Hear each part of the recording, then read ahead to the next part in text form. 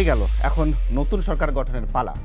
কিন্তু নতুন সরকার গঠন বা তার কাছে ক্ষমতা হস্তান্তরের প্রক্রিয়া কি হবে তা নিয়ে আছে নানা প্রশ্ন। এই ভিডিওতে জানবো সেসব প্রশ্নের উত্তর। প্রথম প্রশ্ন, নির্বাচনের পর সরকার গঠন করবে কোন দল? উত্তরটা সবারই জানা, যে দল বা জোট বিজয়ী হবে তারাই সরকার গঠন করবেন। সংবিধান অনুযায়ী এই ক্ষমতা হস্তান্তর প্রক্রিয়া বা নতুন সরকার গঠনের শুরুটা হবে নবনির্বাচিত সদস্যদের শপথ গ্রহণের মাধ্যমে। কিন্তু এই শপথ নির্বাচনের কতদিনের মধ্যে নিতে হয়? উত্তরটা হচ্ছে, সাধারণত নির্বাচনের ফল ঘোষণার 3 দিনের মধ্যে শপথ পড়ানো হয়। কিন্তু এখানে একটা কথা আছে, সাধারণভাবে নির্বাচন কমিশন থেকে যে বেসরকারি ফল আমরা পেয়ে যাই 1 দিন বা 2 দিনের মধ্যে, সেটা কিন্তু আনুষ্ঠানিকভাবে ফলাফল হিসেবে গণ্য হয় না। মানে সেই ফল ঘোষণার 3 দিনের মধ্যে শপথ নিতে হবে এমনটা নয়।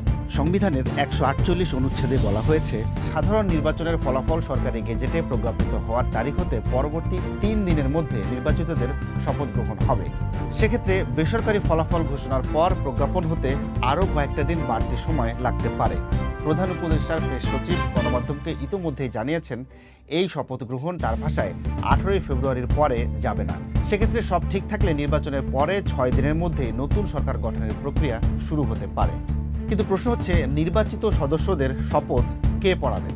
এই প্রশ্ন উঠছে কারণ নিয়ম অনুযায়ী অতীতে এই শপথ পড়িয়েছেন মূলত জাতীয় সংসদের স্পিকার। কিন্তু 24-এর ছাত্র জনতার অভ্যুত্থানের পর পরিবর্তিত পরিস্থিতিতে সংসদ নেই, স্পিকারও নেই, এমনকি ডেপুটি স্পিকারও কারাগারে।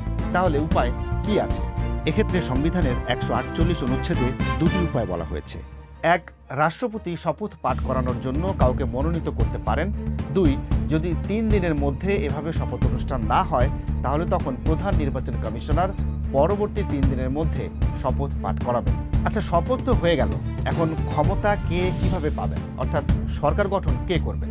এখানে এই প্রক্রিয়াটি হবে রাষ্ট্রপতির মাধ্যমে। তিনি অর্থাৎ রাষ্ট্রপতি যে দল বা জোট এককভাবে সংখ্যাগরিষ্ঠ আসনে জিতেছে, অর্থাৎ 151টি আসনে জয়ী হয়েছে, তাকেই সরকার গঠনের জন্য আহ্বান জানাবেন। কিন্তু যদি এককভাবে কোনো দল 151 বা তার চেয়ে বেশি আসনে না জেতে, তাহলে কি হবে?